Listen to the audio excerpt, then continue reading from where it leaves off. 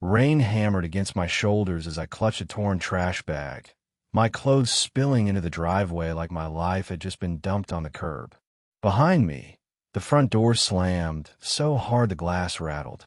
My father's voice still echoed in my ears, cold, final, and loud enough for the whole neighborhood to hear. "You're not my son." Through the living room curtains, I caught the blur of my mother's face pressed against the glass, her hand covering her mouth. Upstairs, my sister's pale face appeared in the window, her eyes wide and wet with tears. I wanted to look away, but I couldn't. Everything I had known for 18 years had just collapsed, and they were still standing inside that house like nothing belonged to me anymore. The trash bag ripped open completely when it hit the wet pavement, my shirts and jeans plastering to the concrete. I was scrambling to grab them when headlights washed across the driveway. A black Mercedes slid to a stop in front of me, its engine purring like it didn't know misery. The window lowered, and the man inside, silver hair, sharp suit, eyes steady and strangely familiar, looked right at me. "You're not done here, James. Your life starts tonight." The sound of my real name, James Carter, not Lawson, stung deeper than the rain. He said it like he'd known me forever, like it was carved into me. My chest tightened as the door behind me stayed shut, my so-called father already pouring himself another drink inside. He thought throwing me out meant erasing me. But the man in the Mercedes was proof that I wasn't erased. I was found. I didn't know then that his name was Charles Whitmore. I didn't know he carried a message that had been waiting 18 years. And I didn't know that my real father, the man I'd never met, had planned every detail of this night, down to the minute. What I didn't know was this. Vernon Lawson, the man I called Dad, thought he'd ruined me by telling the world the truth. But he didn't ruin me. He freed me. As rain soaked through my clothes and my phone buzzed with desperate texts from my sister upstairs, I stared at the Mercedes. The answers to every question I'd never dared to ask were waiting inside that car. And for the first time in my life, I wasn't afraid to find out who I really was. Because when you throw away something that was never yours, you don't get to decide where it lands. And I was about to land somewhere Vernon Lawson could never touch. A life my real father had mapped out piece by piece, one investment, one letter, one plan at a time, waiting for the day I turned 18. The boy Vernon had barely tolerated was about to become the man William Carter had always intended me to be. All I had to do was get into that car. The Lawsons looked flawless from the outside. Vernon's real estate empire paid for the colonial house in Westchester, 6 bedrooms, 4 bathrooms, a pool steaming through winter, and a garage lined with foreign cars polished like trophies. On Sundays, neighbors watched us file into the Range Rover on our way to church, Vernon gripping the wheel like a CEO in a commercial. From a distance, we looked like a family you'd envy. Inside, I knew better. Mom sat silently most rides, eyes fixed on the window, never meeting his gaze. Lila would be lost in her phone, already scheming her next shopping spree. And me? I buried myself in homework and college applications, hoping for praise that never came. Vernon's words rang in my head every time. "James, you need to learn struggle. Lila's different. She's got my instincts." Back then, I thought it meant she was naturally sharper in business. Now I know it meant she was just by blood, and I wasn't. That morning, my 18th birthday, Evelyn tried to make it feel different. She was up early, mixing batter from scratch instead of sliding frozen pancakes into the oven. She shaped them into hearts, just like she used to when I was a kid, and stuck 18 candles into the stack, their wax dripping into the syrup. Her smile was fragile, her hands trembling as she set the plate down. "Happy birthday, sweetheart," she whispered, voice tight. Her eyes were rimmed red under too much makeup, and every few seconds, she glanced toward the stairs like she was bracing for an earthquake. Lila wandered in wearing pajamas, her grin wide. "So, what kind of car do you think Dad's finally getting you?" 18's huge. He can't ignore that. Dad says real men buy their first car themselves, I muttered, repeating his line I'd heard 1,000 times. Builds character. She rolled her eyes. That's garbage. He handed me a BMW for no reason. Literally just because it was Tuesday. Language, Lila. Mom said automatically, but her voice had no strength in it. She twisted a dish towel until her knuckles turned white. Mom, you okay? I asked. Her hand touched my shoulder, ice cold through my shirt. James, there's something I need to tell you before. Vernon's footsteps crashed down the stairs, cutting her off. Heavy, deliberate, meant to fill the room with tension before he even appeared. Evelyn dropped her hand like she touched fire. Good morning, family, he said, his tone sharp enough to chill the air. He wore his charcoal power suit, the one reserved for boardrooms and executions. His whiskey glass was already in hand, even this early. Big day today. James is 18. He said it not as a celebration, but like a verdict. Morning, Dad. I managed careful. With Vernon, tone was everything. One wrong word could spark an explosion. His tempers were legendary in business, and worse at home. I'd seen grown men leave our house red-eyed after one of Vernon's tirades. He moved across the kitchen now, with the same controlled precision, pouring coffee like it was part of some performance. Your mother's been busy this morning. Pancakes and everything. Very domestic. The word hung heavy with disdain. His eyes cut into me. Tell me, James, are you ready to be a man? I guess so, I muttered. You guess. He turned, steam curling from his mug, lips pulling into a cold smile. Either you are, or you aren't. Men don't guess. They know. I'm ready, I said, trying to steady my voice. Something in his expression told me I'd regret saying it. Good, he said smoothly. Because tonight at dinner, we're going to have an important conversation about your future. I've invited some people over. Business associates, family, friends, even that girl you're seeing. What's her name? Tessa, right? Her parents, too. Quite the guest list. Quite the revelation. He sipped his coffee, never breaking eye contact, and my stomach knotted tighter. Dinner was set for 6 sharp. Vernon insisted on using the formal dining room, the one reserved for Thanksgiving and Christmas. All day, Mom drifted from room to room, polishing silver, pressing the tablecloth, scrubbing china until her hands shook. Each time I tried to speak to her, she slipped away like a shadow, hiding behind chores that didn't need doing. By early evening, the house filled with expensive cologne and sharp perfume. Vernon's partners arrived first. Harold Blackstone with his new wife who looked barely older than his daughter, the Mitchell brothers who owned half the commercial buildings in town, and Judge Brennan, who owed Vernon more than anyone realized. Then came the neighbors Vernon deemed worthy of respect, the ones with money to match his. When Tessa walked in wearing the blue dress I bought her for homecoming, she leaned close and whispered, "Happy birthday, babe. Why does this feel more like a funeral than a party?" She wasn't wrong. Vernon prowled the room like a hunter, pouring whiskey with surgical care, watching every guest with the same cold calculation he brought to boardrooms.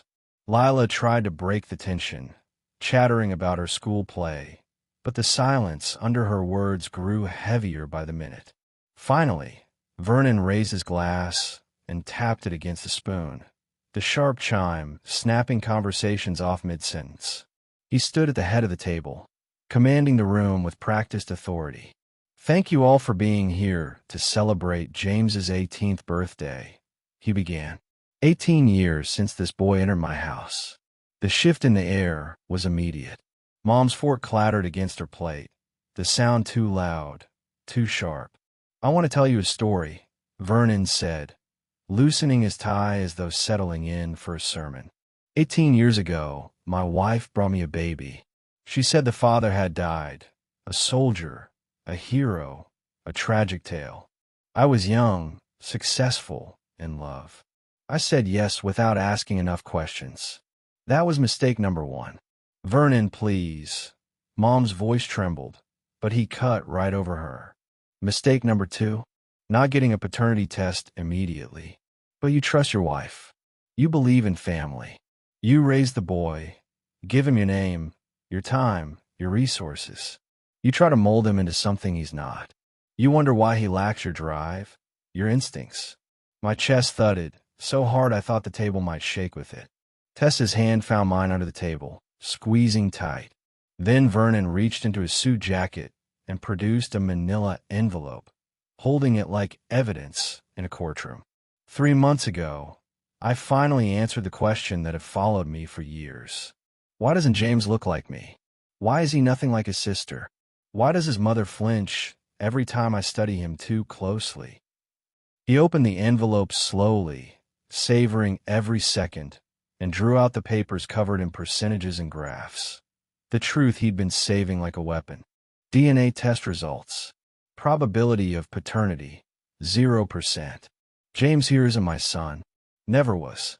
The words hit like a hammer. Gasps rippled around the table. Tessa's fingers tightened around mine, her face pale.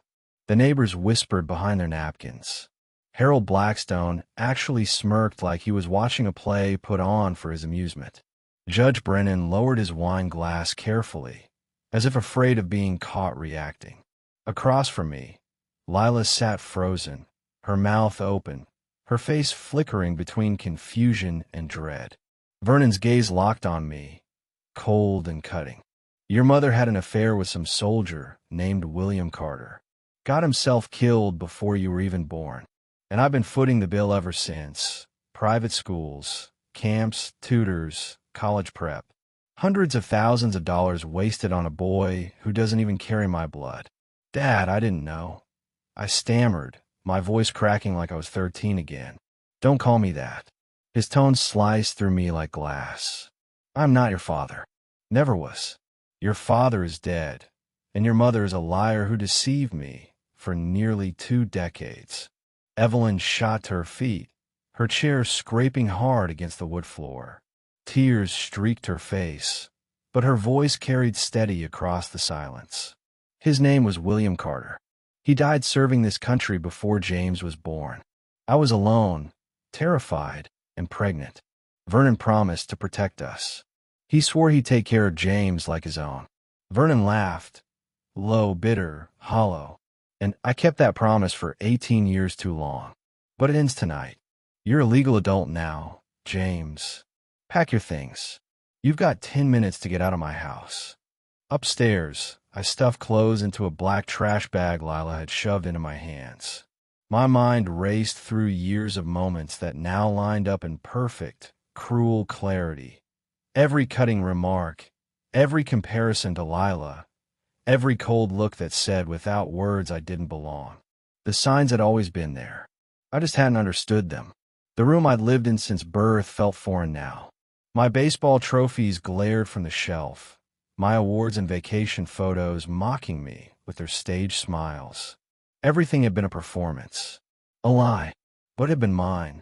You're still my brother, Lila whispered from the doorway, her mascara streaking down her face. I don't care what he says. Not according to him, I said, shoving my yearbook into the bag. At least that book held real friends. People who liked me for who I was, not for my last name. Stop calling him that, she shot back. He is Dad. He's always been Dad. Not mine, I muttered. I grabbed my laptop, then froze. Vernon had given it to me for my 16th birthday, one of the few gifts that had felt genuine. Now I knew better. It had probably been a tax write-off. Vernon's shadow filled the doorway behind Lila. 5 minutes, boy. Leave the laptop. I bought it. Same with the watch. And the phone. Wipe your data and leave it. I dropped the MacBook on the bed, peeled the watch off my wrist, and started factory resetting my phone. My digital life vanished in seconds, as easily as my place in this family. What about Mom? I asked, finally meeting his stare head-on. You're destroying her too. She made her choice 18 years ago, he said coldly. Now she'll live with the consequences. Divorce papers are ready. Fraud has legal consequences. She'll be lucky if she avoids charges. You wouldn't dare. Lila snapped, her voice breaking but fierce. She didn't do anything wrong. Vernon's eyes shifted to her, his real daughter.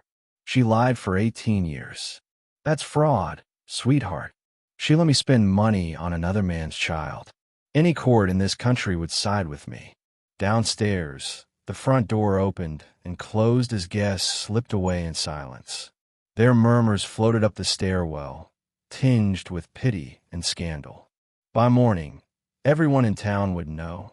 Vernon Lawson's perfect family had been a fraud, and I was the proof. The scandal would probably help his business somehow.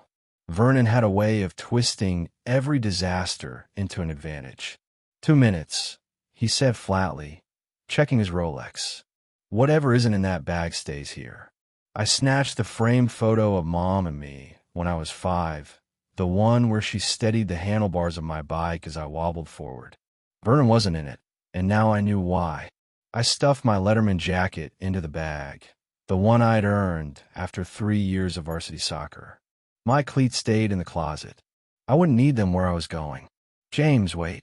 Mom pushed past him, her eyes rimmed red. She pressed a folded note and a wad of cash into my hand. $300. It's all I have that he doesn't track.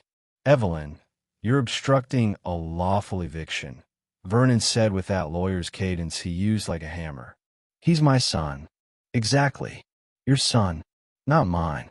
If you want to play savior, join him outside. Her eyes darted between me, Vernon, and Lila, who stood trembling at the top of the stairs. Mom's hesitation said it all. She couldn't leave, not with Lila still under Vernon's roof. I get it, I told her softly. Take care of her. Outside, rain slicked the driveway in a thin, icy sheen. Guests were pulling out in their luxury cars, their faces hidden behind tinted glass. Not one of them looked at me. Lila's best friend's dad hustled her to their BMW. She glanced back, whispering something I couldn't hear before the door shut. Vernon followed me onto the porch, arms crossed. Don't come back. If you step on this property again, I'll have you arrested. If you contact Evelyn or Lila, I'll make it a restraining order. You wanted adulthood? Fine. Men pay for their choices. He shoved me off the last step. The trash bag tore open when it hit the pavement, spilling my clothes into the rain. I scrambled to gather them, and behind me, the door slammed. The porch light snapped off. Erased. That was the message. A sleek black Mercedes rolled up, headlights cutting through the drizzle. Its engine purred with restrained power. I was still kneeling in the wet driveway when the window hummed down. James Carter. The voice was calm, deliberate. I nodded, clutching my ruined clothes to my chest. My name is Charles Whitmore. I was a close friend of your father, your real father, William Carter. I've been waiting for this night. I froze. I don't understand. Charles stepped out, rain bouncing off his umbrella as he opened the trunk. Put those in here. You don't belong on your knees in the street. Too tired to argue, I obeyed. The car's leather interior smelled of cedar and clean cologne, a world away from the cold humiliation outside. He handed me a towel, like he'd expected this exact moment. Maybe he had. Your father was more than a soldier, Charles said as we pulled away with unhurried grace. He was brilliant, an engineer who built things the world wasn't ready for. When he enlisted after September 11th, he left behind more than anyone realized. Your mother was protecting you the only way she knew how. And Lawson, well, he was protecting himself.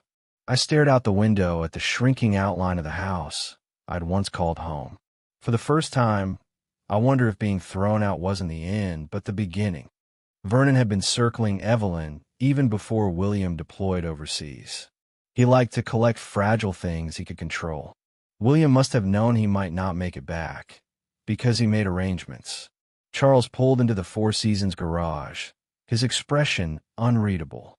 Before your father left for his final tour, he established a trust in your name. I've managed it ever since, growing it, waiting until you were 18. We rode the elevator to the penthouse. The suite we entered was larger than the entire first floor of Vernon's house. Floor-to-ceiling windows framed a city glittering through the rain. On a mahogany desk, lay several thick folders and a heavy manila envelope. "Sit," Charles said gently, pouring amber liquid into a crystal glass. "Water?" "Coffee." "Water," I managed. My voice sounded hoarse, like I'd been shouting, though I hadn't said a word during Vernon's tirade. Charles handed me a bottle and slid open the envelope. "Your father owned 30% of Whitmore and Carter Technologies. We design encryption systems for federal defense contracts. His patents alone bring in over $2 million annually. All of it has been compounding in your trust." He spread the statements across the desk, columns of figures that didn't seem real. "The current value is around $50 million, Charles said with the ease of someone discussing the weather. Then he produced a sealed letter. My name was written across it in a hand I didn't recognize. "William wrote this for your 18th birthday. He made me swear I'd deliver it in person." My hands trembled as I unfolded the letter. The ink had faded slightly, but the words hit like a hammer. "Son, if you're reading this, I didn't make it home. I'm sorry I won't be there to throw a ball with you, to teach you to drive, or to watch you start a family of your own. But I don't regret serving. Protecting the future means protecting you."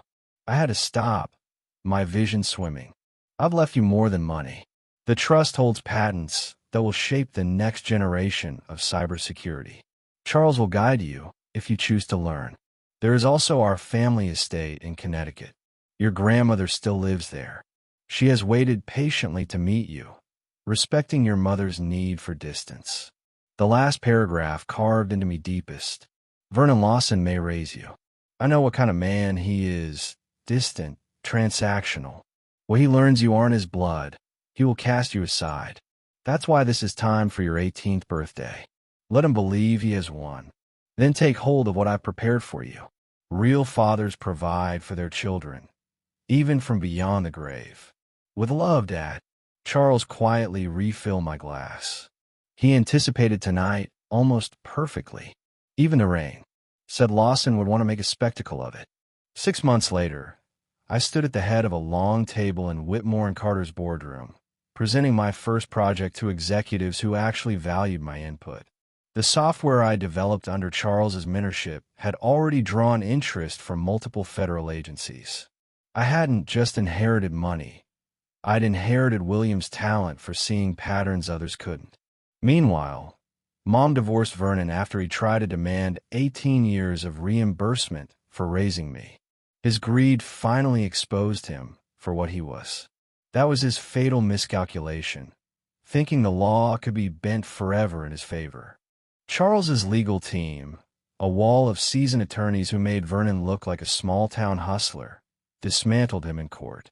They unearthed years of emotional abuse, financial schemes, and fraud buried deep in his empire. What sealed his fate was the discovery of hidden assets Vernon had tucked away from the IRS, exposed when Mom's lawyers began digging. By the time the dust settled, Evelyn had the house, half of his holdings, and full custody of Lila. Vernon walked away with an audit, frozen accounts, and a criminal investigation hanging over his head. Lila spends weekends with me now at my Manhattan penthouse overlooking Central Park. She's softer, more reflective than the girl who once parroted Vernon's arrogance. One night, while sprawled across my couch with her SAT prep books, she looked up and said, "Dad always told us blood mattered most. He was right, just not in the way he thought. You found your real family because of blood, and I found out who he was because of how he treated you." Vernon's real estate empire collapsed faster than anyone predicted. The fallout from that birthday dinner spread like wildfire. Business partners, most of them fathers themselves, wanted nothing to do with a man who could discard a child he'd raised for 18 years. Harold Blackstone, the same man I'd thought was entertained that night, was the first to cut ties. I ran into him at a charity gala later, and he shook his head. "I've done plenty of questionable things in business," he admitted, "but throwing out a kid you raised? That's not business. That's cruelty." Investors pulled out one after another. The Mitchell brothers swooped in, buying Vernon's properties at foreclosure prices. Judge Brennan stepped aside for Vernon's criminal case, citing conflict of interest. Within 3 months, Vernon transformed from the king of Westchester real estate into a whispered warning over golf games and brandy at the country club. I met my grandmother, Eleanor Carter, at the family estate in Connecticut that December. The house was quiet, dignified, and steeped in history. None of the gaudy showmanship Vernon loved. When she saw me, she took my face in her hands and wept before she could speak. "You have William's eyes," she whispered at last. "The same fire, the same kindness. You'll be so proud, not because of the wealth, but because you've carried yourself with dignity." She pulled out albums filled with photos of my father, his days at MIT, snapshots of him with Charles outside their first office, a converted garage with a crooked sign, him in uniform, coding in a canvas tent overseas, him holding a sonogram photo, beaming like he'd been handed the whole world. On my desk at Whitmore and Carter Technologies, a framed copy of my father's letter sits beside one of those photos. His words still guide me. "Son, if you're reading this, I didn't make it home. I'm sorry I won't be there for the small things, but I made sure you'd be okay. Real inheritance isn't money, though I left you enough. It's knowing where you come from.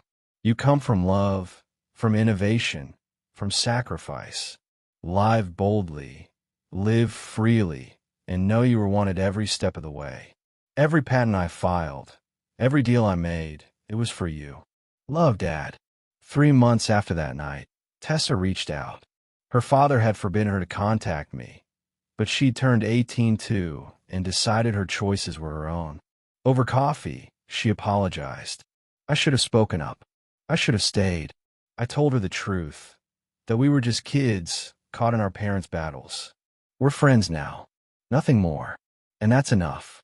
That chapter ended the night Vernon slammed the door and shut off the porch light.